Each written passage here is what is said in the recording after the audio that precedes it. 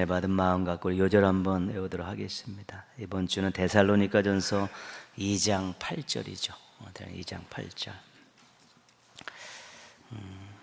데살로니가 교인들을 향한 그 사도 바울의 그 마음이 담겨 있는 아주 귀한 고백입니다.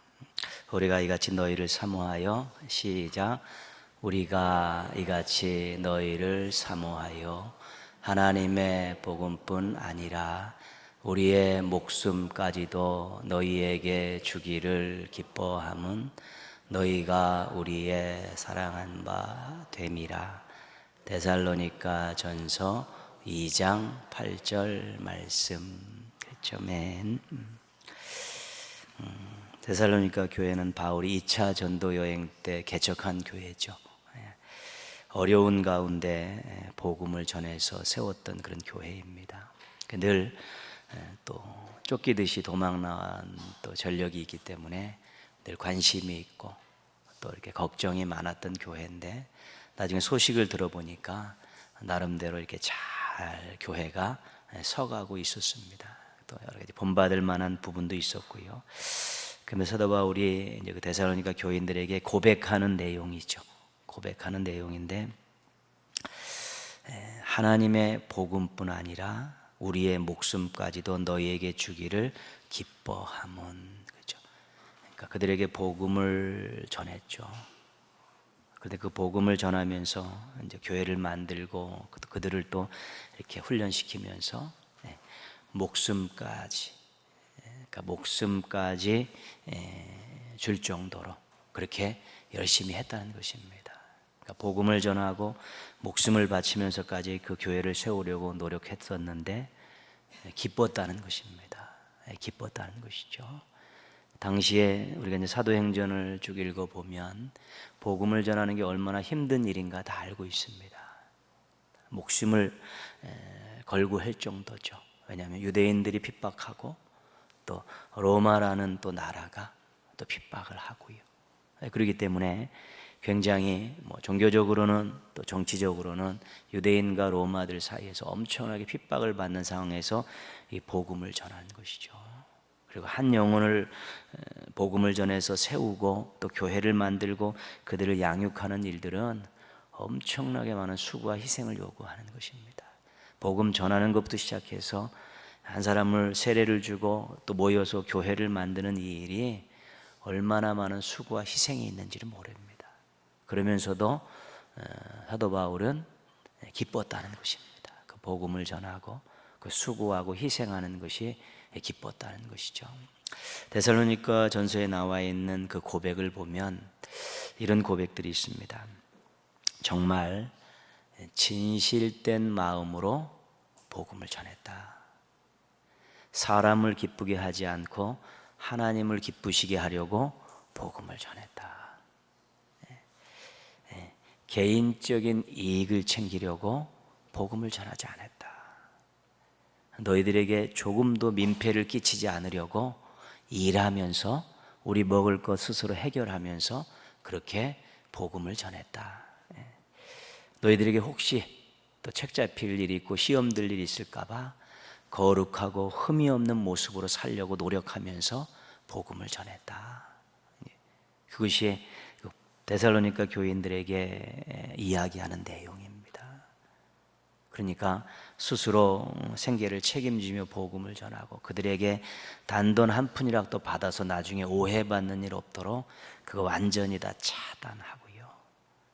정말 사람들을 기쁘게 하는 게 아니라 하나님을 기쁘게 하라는 마음으로 하고, 혹시 또 복음을 전하는 자신들을 보면서 또 시험하고 야유하는 일이 생길까 봐 흠없는 삶을 살기 위해서 엄청나게 노력했다는 것입니다. 그것이 사도 바울의 이제 고백입니다. 그러면서 데살로니가 교회를 향해서 자기가 교회를 세우고 목회를 하면서 어떻게 했는가 두 가지에 비유하고 있습니다. 한 가지는 유모가 자기 자녀를 기름과 같이 했다. 그치? 유모가 그 아이 젖먹이면서 키우는 것 같이 했다는 것이고요. 또 한 가지는 아버지가 자기의 자녀에게 하듯이, 그렇죠? 때로는 엄하게 책망하고 권면하면서 아버지가 하는 것처럼 했다. 그죠? 사도 바울의 고백은 부모와 같은 마음을 했다는 것입니다. 부모와 같은 마음을 가지고 수고하고 희생을 했는데 기뻤다는 것입니다. 전혀 후회하지 않는다는 것입니다. 기뻤다는 것입니다. 그러면서 이렇게 엄청나게 수고와 희생을 많이 하면서 때로는 너희들에게 모든 것들을 다 주면서 목숨까지 바칠 각오를 하면서 했는데 기쁜 이유가 무엇인가 하면 오늘 요절 맨 마지막에 나와 있지 않습니까? 너희가 우리의 사랑하는 자 됨이라. 사랑했기 때문에, 사랑하기 때문에 수고하고 희생하는 것이 힘들지 않았다는 것입니다. 오히려 기뻐했다는 것입니다. 사랑의 힘이라는 것이 그런 것입니다. 복음을 전하는 것, 열쇠는 사랑에 있습니다. 그 사람을 사랑하는 마음으로 하면 좀 방법이 조금 서툴르다 할지라도 그것은 분명히 좋은 결과가 있게 마련이고요. 이 가르치는 것, 사랑으로 하는 것이 가장 중요한 것입니다. 아이들을 가르치고 또 나름대로 교회에서 어떤 가르침의 사역이 있고 또 가정에서도 가르침이 있을 때 사랑으로 하는 것이 아주 귀한 것입니다. 근데 그 사랑이 어떤 사랑이냐면 하나님께 받은 사랑입니다. 하나님께 받은 사랑에 만문질만 가지고 사랑해도 멋질 수 있습니다. 그리고 성경에 보면 또 어떤 사랑이 있냐면 그리스도께서 부어주신 사랑이 있습니다. 내가 막 의지로 사랑하려는 것이 아니라 그리스도께서 우리에게 부어주신 사랑이 있습니다. 이것은 어떻게 보면 은사일 수 있고요. 또 어떻게 보면 열매일 수도 있는 것입니다. 자신은 그 사람을 그렇게 사랑할 그런 저희가 아니었는데 어느 순간에 막 사랑이 샘솟는 것입니다. 그것을 그리스도를 통해 부어주신 사랑입니다. 그런 사랑이 있으면 정말 행복하지요. 그래서 하나님이 나에게 엄청난 사랑을 베풀어 주셨는데 내가 이 큰 사랑 받았으니까 이 큰 사랑 중에 일부라도 또 그 사랑을 또 돌려줘야겠다. 때로는 그리스도께서 부어주신 그 사랑을 가지고 사랑하면서 복음을 전하고 사랑하며 가르치고 또 사랑하며 서로 교제하게 되면 좋은 열매들이 생겨나게 되어 있습니다. 하나님을 사랑하십니까?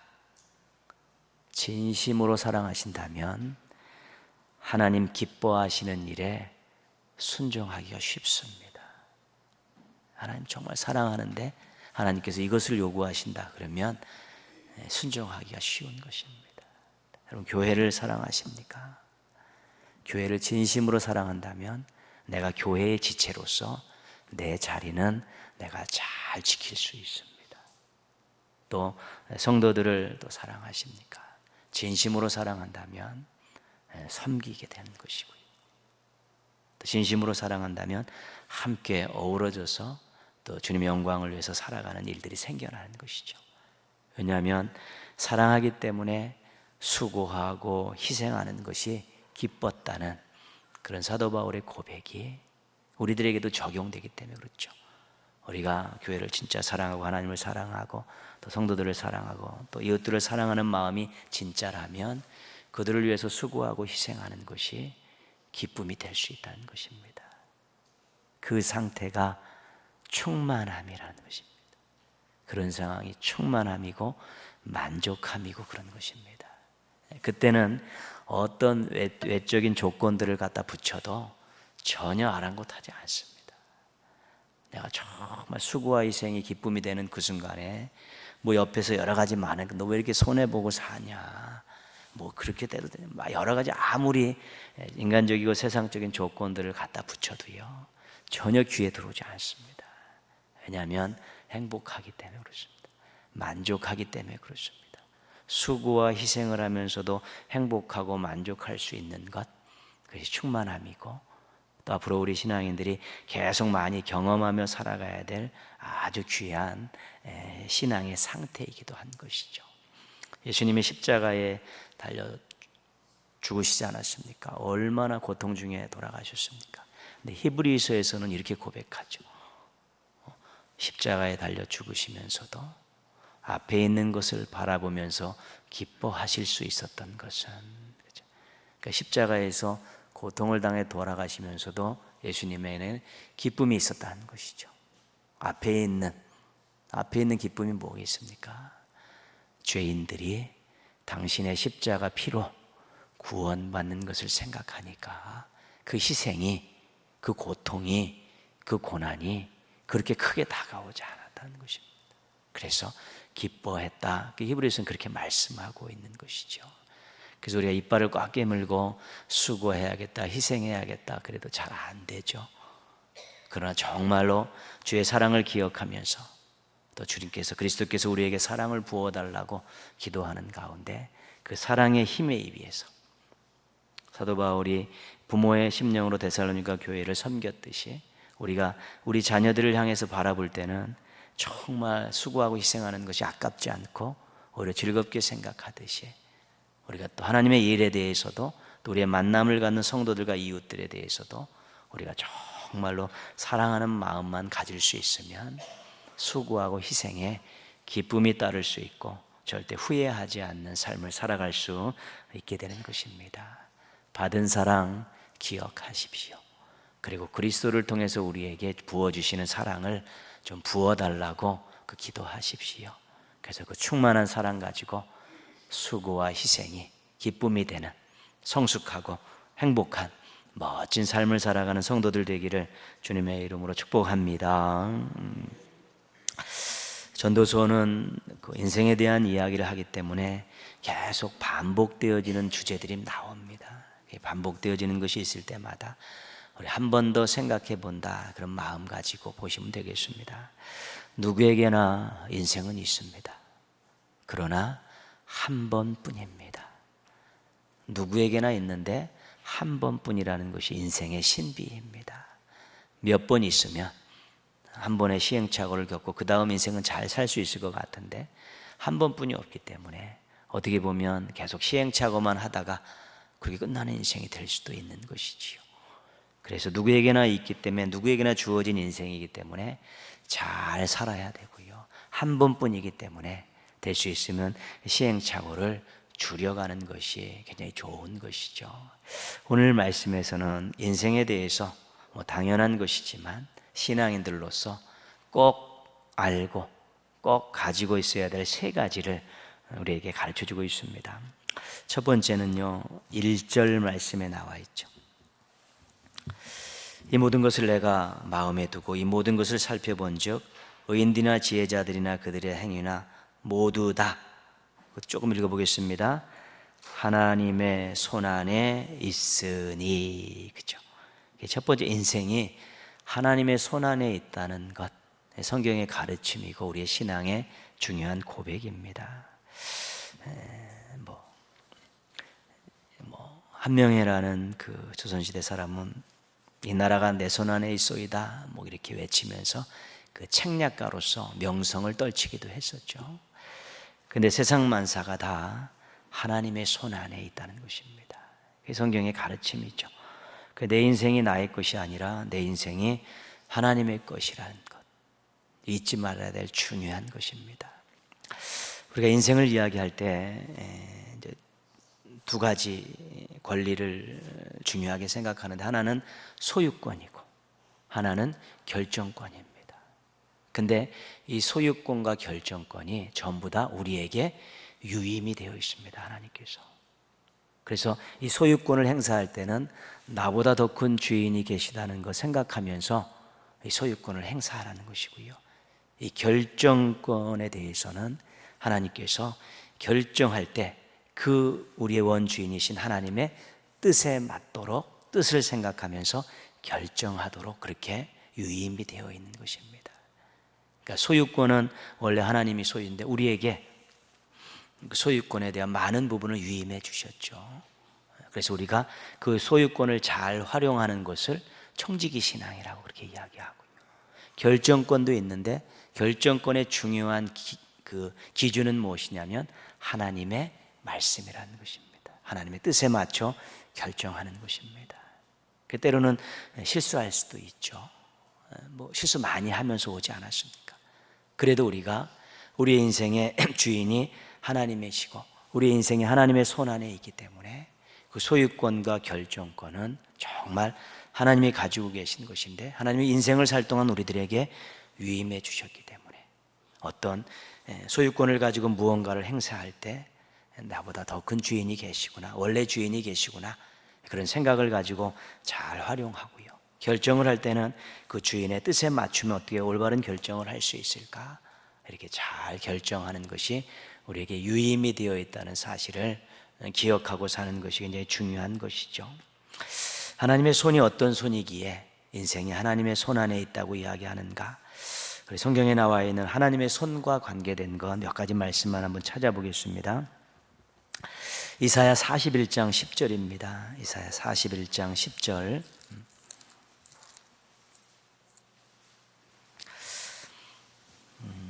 요전의 말씀이기도 한데요. 이사야 41장 10절. 하나님의 손이 어떤 손인가? 41장 10절 같이 읽겠습니다. 두려워하지 말라. 내가 너와 함께함이라. 놀라지 말라. 나는 내 하나님이 됨이라. 내가 너를 굳세게 하리라. 참으로 너를 도와주리라. 참으로 나의 의로운 오른손으로 너를 붙들리라. 그렇죠? 하나님의 손이 붙들어 주시는 손이라는 것이죠.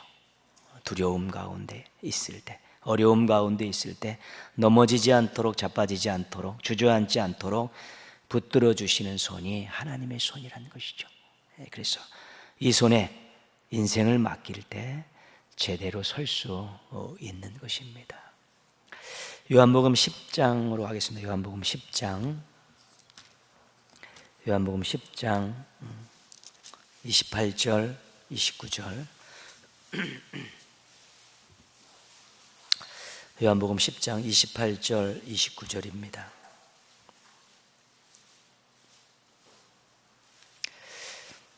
같이 읽겠습니다. 요한복음 10장 28절 29절. 내가 그들에게 영생을 주노니 영원히 멸망하지 아니할 것이요 또 그들을 내 손에서 빼앗을 자가 없느니라. 그들을 주신 내 아버지는 만물보다 크심에 아무도 아버지 손에서 빼앗을 수 없느니라. 그렇죠? 하나님의 손이 보호해 주시는 손이죠. 어떤 것도 하나님 손 안에 있는 것들을 낚아챌 수 없다는 것입니다. 택한 백성들과 관계된 이야기죠. 그 어떤 것이 와도 절대로 빼어내갈 수 없도록 보호해 주시는 그 하나님의 손입니다. 그래서 이 손에 인생을 맡겨야 평안과 안전을 보장받지 않겠습니까? 구약 성경 에스라 7장 9절로 가겠습니다. 에스라 7장 9절.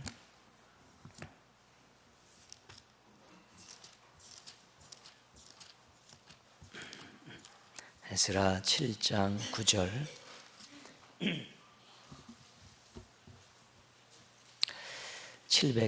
구약성경 719페이지, 720페이지, 719페이지.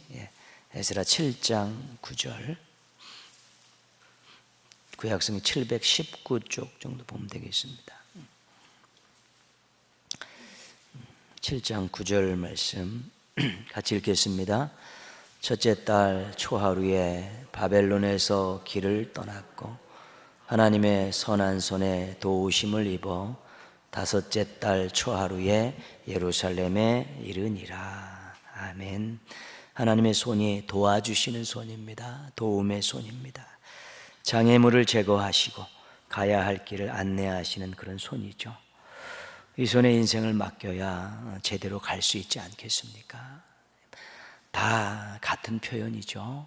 그러나 손이라는, 의로운 오른손, 선한 손이라는 하나님의 손을 이야기하면서 이 하나님의 손이 붙들어 주시는 손이고 보호해 주시는 손이고 또 도와주시는 손이니까 우리 인생이 이 하나님의 장중에 있고 하나님의 이 장중에 우리의 인생을 맡길 때 참으로 아름답고 행복하고 제대로 된 인생을 갈 수 있게 된다는 것입니다.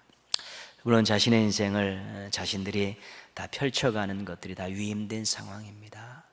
그래서 자신의 능력을 믿고 또 자신의 힘을 믿고 또 세상 것을 믿고 얼마든지 인생을 펼쳐갈 수 있습니다. 그러나 결국에 가서 무엇이 남겨질 것이고 어떤 평가를 받을 것인가는 본인이 어디에 의지하고 어디에 맡기고 나아간 것에 대해서 결정이 되는 것이죠. 그래서 하나님의 장중에 있는 우리의 인생을 하나님 손을 의지하고 나아가게 될 때 제대로 된 인생을 살아갈 수 있게 되는 것입니다. 그것을 기억하실 수 있고 또 지금처럼 그런 모습들로 살아갈 수 있어야 되는 것입니다. 두 번째 우리가 기억해야 될 것은 매번 나왔던 반복적으로 나왔던 주제인데요, 2절 말씀입니다. 오늘 말씀 9장 2절, 전도서 9장 2절 오늘 본문 말씀 같이 한번 읽겠습니다.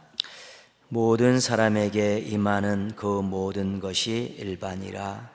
의인과 악인, 선한 자와 깨끗한 자와 깨끗하지 아니한 자, 제사를 드리는 자와 제사를 드리지 아니하는 자에게 일어나는 일들이 모두 일반이니 선인과 죄인, 맹세하는 자와 맹세하기를 무서워하는 자가 일반이로다. 그렇죠? 모든 사람의 결국은 일반이라 3절 초에도 나와 있죠. 무슨 말씀이냐면 죽음의 예외가 없다는 것입니다. 어떤 신분으로 살고 어떤 조건으로 살고 또 어떻게 살든지 결국엔 나중에 가서 죽음을 맞이하는 것은 다 똑같다는 것입니다. 계속 우리가 이야기했던 내용 아니겠습니까? 계속 이야기했던 내용이죠. 그래서 근데 4절 말씀 보시면요, 4절 말씀 보시면 거기 이런 이야기 있죠. 모든 산자들 중에 들어있는 자에게는 누구나 소망이 있음은 산개가 죽은 사자보다 낫기 때문이라. 그렇죠? 살아있는 사람들에게는 소망이 있다는 것이죠. 소망이 있다. 죽음을 맞이하지만, 누구나 똑같이 죽음을 맞이하지만 살아있는 사람들에게는 소망이 있다. 이 말씀의 의미는 뭐냐면 살아있는 것에 감격을 가지고 살라는 것입니다. 다 죽는데 뭐, 언젠간 다 죽는데 끝인데 뭐, 이런 마음 아니라, 그런 염세적인 생각을 가지면 이 땅에 살아있는 삶의 의미가 없어진다는 것이죠. 그럼 대충 살고 즐기며 살고 아니면 세상과 동떨어지게 살고 마음대로 살 수 있는데, 다 누구에게나 죽음은 똑같이 임하지만 살아있다는 것에 소망을 갖고 삶을 감격적으로 누리라는 것입니다. 왜냐하면 그냥 놔두면 누구든지 다 죽음에 이르고 멸망에 이를 수밖에 없다는 것입니다. 그러나 우리에게는 이 인생을 하나님이 주셨다는 신앙이 있기 때문에 이 살아 숨쉬는 이 땅의 이 시간들이 결코 헛된 것이 아니라는 것입니다. 그것도 하나님이 주신 선물인데 이 안에서 하나님을 섬기고 하나님을 살아가게 될 때 새로운 소망을 맞이할 수 있으니까 또 호흡하고 있고 이 땅에서 활동하고 있는 이것에 대해 감격을 가지고 살는 것이죠.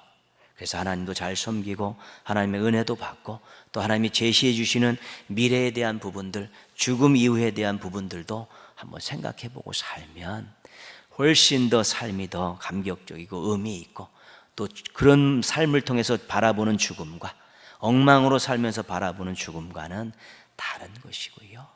또 우리에게는 죽음 너머의 삶이 있는데 이 땅의 삶을 엉망으로 살다가 죽음 너머의 삶을 소망하는 것은 하나님 뜻이 아니라는 것입니다.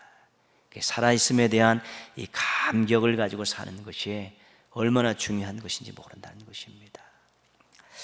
우리가 죽음이 있다는 것들을 누구나 다 알고 있지만 정말 나에게 올 것이라는 것은 먼 훗날로 자꾸 미뤄두는 경향이 있고요. 죽음 이후에 하나님 나라가 있다는 것을 다 알고 있지만 거기에 빨리 가고 싶은 생각은 별로 없습니다. 그것이 우리가 죽음에 대해서 아직도 둔감한 상황 중에 하나이죠. 정말 나의 인생에 모든 것을 두고 갈 날이 있다고 확신하면 삶의 태도가 좀 달라집니다. 욕심을 부리고 남을 짓밟으면서까지도 무언가를 쟁취하려는 이런 것들에 대해서 그렇게 많은 생각들이 집중되지 않고 있고요. 또 우리가 죽음 위에 하나님 나라에 간다라는 이 분명한 사실에 대한 믿음이 확실하고 또 그곳에 가는 것에 대한 큰 소망이 있으면 또 이 땅에 주어진 이 하나님이 주신 이 땅의 그 살아있는 그 시간들을 하나님 앞에서 결산한 날이 있다는 것을 알기 때문에 굉장히 진지하게 받아들이고 잘 가꿀 수 있게 되는 것입니다. 피할 수 없다는 것 알고 있는데, 그 이후에 하나님 나라가 있다는 것 알고 있는데 그것을 오늘의 삶과 연결이 안 되는 것입니다. 오늘의 삶과 연결이 잘 될 때 우리가 정말 하나님 뜻대로 살아가는데 얼마나 힘이 되는지 모릅니다. 왜 그렇게 욕심을 내지 말라고 그러고 서로 사랑하라고 말씀하시고요, 나누고 섬기라고 그렇게 누누이 말씀하시는 이유가 과연 무엇일까? 이 땅의 삶이 정말 하나님 보시기에 의미 있는 삶이 되기를 원하신다는 것입니다. 근데 그런 명령에 우리가 때로는 순종하지 못하는데, 모든 것을 두고 갈 날이 반드시 나에게 있다. 아무리 많은 것들을 소유해도 다 두고 가야 된다. 그런 것들이 있고, 하나님 나라, 하나님 앞에 서서 내가 하나님 앞에 모든 것을 결산하고 하나님 나라에 입성할 그때가 있다라는 것에 대해 알며 이 땅에서 정말 하나님 나라에 들어갈 준비를 하고 하나님 나라의 삶을 구현하고 하나님 나라의 삶을 보여주는 삶을 살기 위해서는 우리가 그 하나님께서 요구하신 그 말씀대로의 삶이 조금 더 현실적으로 다가오고 또 거기에 더 집중할 수 있게 된다는 것입니다. 그래서 죽음은 누구나 피할 수 없고 예외가 없는 사실이구나, 지금 이후에 하나님의 나라가 있구나, 이런 부분들을 오늘의 나의 삶과 연결이 되느냐 안 되느냐, 연결이 될 때 감격이 되고 연결이 될 때 정말 하나님이 무슨 말씀을 하셨는가를 조금 더 깊게 이해하게 되고 연결이 되었을 때 하나님 나라를 준비하는 그런 삶을 살아갈 수 있기 때문에 이 삶의 시간이 고난이 있고 어려움이 있지만 거기서 우리가 하나님께 감사가 있고 감격이 있고 하나님 뜻대로 살아가는 삶의 모습들이 더 많이 실천되어질 수 있게 된다는 것입니다. 죽음과 죽음 이후에 하나님 나라에 대해서 아주 깊이 한번 생각하시면서 오늘의 나의 삶과 오늘의 우리 자신들의 삶과 연결을 지을 수 있을 때 우리가 정말 인생을 더욱더 아름답게 살아갈 수 있다는 것, 두 번째 주신 말씀의 중요한 내용입니다. 세 번째 또 기억하고 알아야 될 것은 11절 말씀을 좀 보시면 알 수 있죠.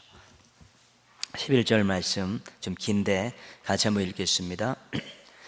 내가 다시 해 아래에서 보니 빠른 경주자들이라고 선착하는 것이 아니며 용사들이라고 전쟁에 승리하는 것이 아니며 지혜자들이라고 음식물을 얻는 것도 아니며 명철자들이라고 재물을 얻는 것도 아니며 지식인들이라고 은총을 입는 것이 아니니 이는 시기와 기회는 그들 모두에게 임함이니라. 아멘.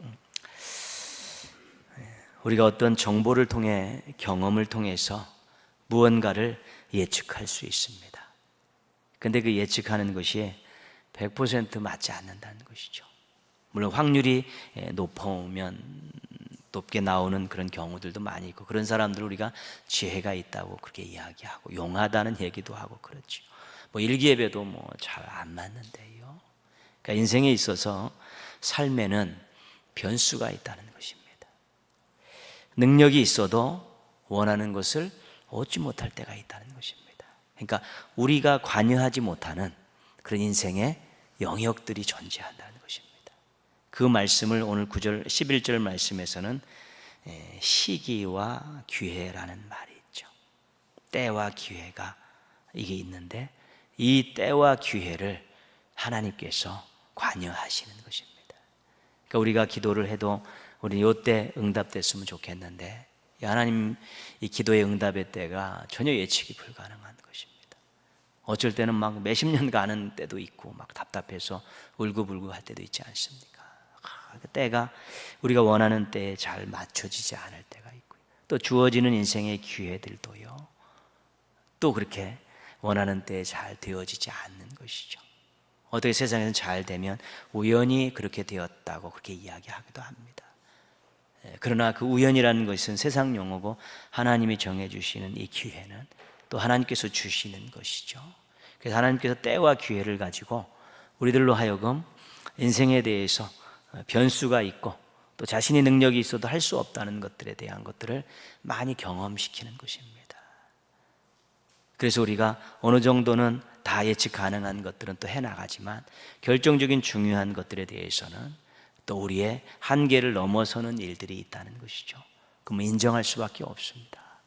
모든 것들을 짱짱하게 다 열이면 열 다 이렇게 판단하고 행동하고 결정해가지고 다 짠짠 맞춰가는 그런 인생은 없습니다.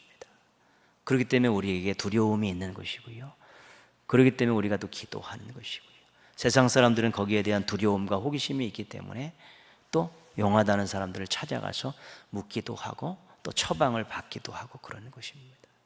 그래서 우리 인생 가운데서 하나님의 고유한 영역이 있고 우리가 어찌할 수 없는 그러한 영역들이 존재한다는 것, 때와 시기로 인해서 하나님께서 그런 것들을 조정하고 계시다는 것들을 알아야 되는 것이죠.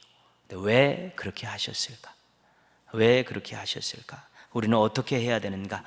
그 성경은 간단하게 설명합니다. 맡겨라는 것이죠.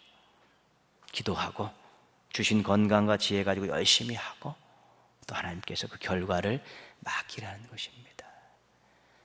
우리가 어떤 한 분야에서 잘못 결정하고 실수를 해도 그것이 인생이 망가지는 것은 아닙니다. 거기서 다시 하나님의 인도함을 받고 또 시작할 수 있는 것이죠. 왜냐하면 때와 시기를 가지고 시기와 기회를 가지고 하나님께서 조정하는 분이 있어 우리가 미처 거기에 호응하지 못할 때는 어쩔 수 없이 낭패를 보는 경우도 있습니다. 그래도 낭패 보고 그렇게 안 했다고 꼴밤 때리시는 것이 아니라 하나님 다시 하나님 시작하겠습니다. 하나님 인도해 주십시오라고 또 맡기고 나아가는 그런 징검다리 시기의 인생들인 것입니다. 고속도로가 쫙 뚫린 것이 아니라 징검다리가 다 있는 것인데 우리가 하나님 인도함을 받으며 그 징검다리를 건너면서 가는 것입니다. 그래서 중요한 것은 맡기라는 것입니다. 최선은 다하되 그 모든 것을 인도하시는 분은 하나님이시라고 맡기라는 것이죠. 신앙의 성경에 나와 있는 많은 선배들의 인생을 우리가 바라보면서요, 그들의 인생 가운데 고난당하지 않은 인생이 거의 없습니다. 하나님이 쓰심에도 불구하고 하나님을 신실하게 믿음에도 불구하고 고난당하지 않은 인생은 하나도 없습니다. 그런데 그들이 고난이 당했다고 그들의 인생이 망가지지 않은 것이죠. 이 고난이 나에게 유익이라고 고백하면서 고난을 또 기쁜 선물로 받은 분들도 있고요, 그 고난을 통해서 더 높은 데로 올라가신 분들도 있고요, 그 고난을 통해 주님께 더욱 가까이 간 분도 있고 그렇습니다. 원치 않는 일이지만 생겨난 그 일에서 다시 하나님께 맡기고 다시 하나님의 인도함을 받을 때 우리 하나님의 새로운 은혜가 임하게 된 것들을 보게 되어질 때요, 우리도 결국은 이 시기와 기회라는 것들이 우리가 조정할 수 있는 것들이 아니기 때문에 최선을 다한 삶 가운데서 맡기는 것이 얼마나 중요한지 모릅니다. 말씀 몇 군데만 찾겠습니다. 시편 37편 5절입니다. 시편 37편 5절.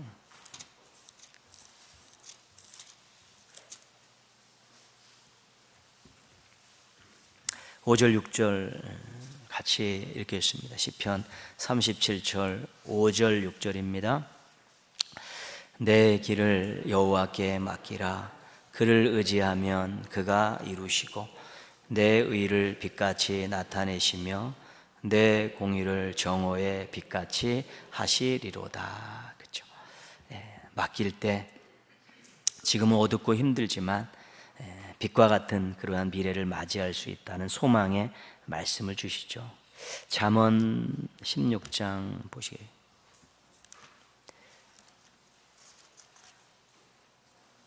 잠언 16장 3절입니다. 잠언 16장 3절. 잠언 16장 3절.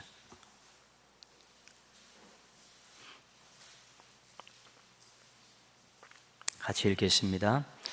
너의 행사를 여호와께 맡기라. 그리하면 내가 경영하는 것이 이루어지리라. 그죠?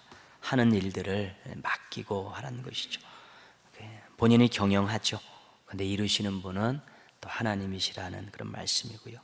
베드로전서로 가겠습니다. 베드로전서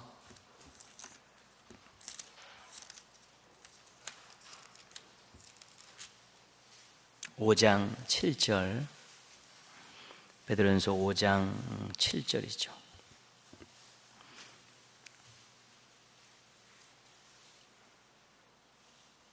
베드로전서 5장 7절 같이 보겠습니다. 너희의 염려를 다 주께 맡기라. 이는 그가 너희를 돌보심이라. 너의 길, 너의 행사, 너의 염려 세 가지만 찾았는데요, 예측할 수 없는 삶을 살지만요, 우리는 주님 주신 지혜와 건강 가지고 최선의 노력을 하는데요, 하나님께 맡기는 그런 귀한 믿음이 중요하다는 것입니다. 그러면 그 결과와 관계된 부분들에 있어서 우리 하나님의 새로운 은혜가 펼쳐질 수 있는 것이죠. 물론 원치 않은 결과가 나올 수도 있습니다. 그럼에도 불구하고 또 새롭게 인도함을 받으면서 맡기고 나아가면서 새로운 징검다리를 얼마든지 만날 수 있게 되는 것입니다. 예측할 수 없기 때문에 맡기는 것입니다. 예측할 수 있다면 스스로 하면 되는 것이지요. 11절 말씀에서 계속 이야기하고 있는 게 그런 거 아니겠어요? 능력은 있는데 안 되는 것입니다. 이외의 변수가 있고 예측하지 못한 일들이 일어나기 때문에 그 시기와 기회를 가지고 조정하신 하나님께 맡기고 또 최선의 삶을 살 때 하나님의 은혜 가운데에서 결과를 갖고 그 결과에서 또 새로운 인도함을 받으며 나아가는 그런 의지신앙, 맡기는 신앙이 결국 인생을 또 아름답게 해나가는 데 중요한 내용이라고 말씀하고 있는 것입니다. 오늘도 우리가 하나님께 얼마나 맡길 수 있는가, 이런 부분들은 본인이 결정하는 것입니다. 100% 맡기고 50% 맡기고 또 본인의 그 믿음의 분량에 따라서 결정되어지는 것이지요. 근데 한 가지 분명한 것은요, 맡김이 분명할 때 감사가 생겨나는 것이죠. 본인이 하면 자랑이 될 수가 쉽다는 것입니다. 근데 실은 본인이 한 것 같아도 하나님 주신 지혜로, 하나님 주신 능력으로 결국은 한 것이기 때문에 모든 것, 모든 영광 하나님께 돌립니다라는 이 귀한 마음들을 잊어버리지 않아야 되는 것입니다. 우리 마음속에 늘 조심해야 될 것은 무언가 조금만 잘하면 자랑하고 싶은 마음이 있는 것입니다. 이거 있습니다. 꼭 그거 자랑하는데 인정해 주지 않은 것 때문에 또 서운하기도 하고요. 그런 것입니다. 그러나 이런 결과가 나오기까지 하나님이 얼마나 뒤에서 돌보심이 있었는가를 기억하시고, 이런 결과를 나에게 믿음을 주시고 훈련시켜 주시고 그동안 나를 다듬어 오신 또 하나님의 은혜를 생각하시고, 또 어떤 일들은 정말 예측할 수 없는, 감당할 수 없는 일임에도 불구하고 좋게 원하는 대로 만들어 주심에 대해서 또 감사할 수 있으면 우리가 하나님의 영광 올려드리는 겸손한 신앙인으로 살아갈 수 있게 되는 것입니다. 하나님의 손, 첫 번째 주제였지 않습니까? 죽음이라는 것 두 번째 주제였었고요. 세 번째는 예측할 수 없다는 것, 세 번째 주제 아니겠습니까? 그래서 우리 신앙인들이 이 세 가지는 반드시 기억하고 살면 하나님의 손 안에 있습니다. 다 끝나는 죽음의 날이 있고 죽음 이후에 하나님 나라가 있습니다. 또 예측할 수 없기에 맡깁니다. 이런 세 가지 부분들에 대해서 우리가 좀 관심을 갖고 잘 현재의 삶에 적용하고 나아가게 될 때 인생이 정말 더 아름다운 일들을 많이 경험하는 복된 인생이 되어질 수 있게 된다는 것입니다. 우리가 하나님을 믿고 사는 하나님의 백성들입니다. 또 나중에 하나님의 영광을 위해서 살아가야겠다고 이미 결정해놓고 그렇게 인생을 출발한 사람들이고요, 결국은 하나님 앞에서 하나님 나라에서 영원토록 하나님 찬양하며 살아야 될 인생이라면 하나님의 손과 또 죽음과 예측할 수 없는 인생에 대해서 다시 한번 깊이 묵상하고 여기에 걸맞는 태도들을 준비하셔서 하루하루의 삶이 의미 있고 값지고 하나님과 연관된 삶을 살아가는 우리 멋진 인생들, 복된 인생들 되시기를 주님의 이름으로 축원합니다. 아멘.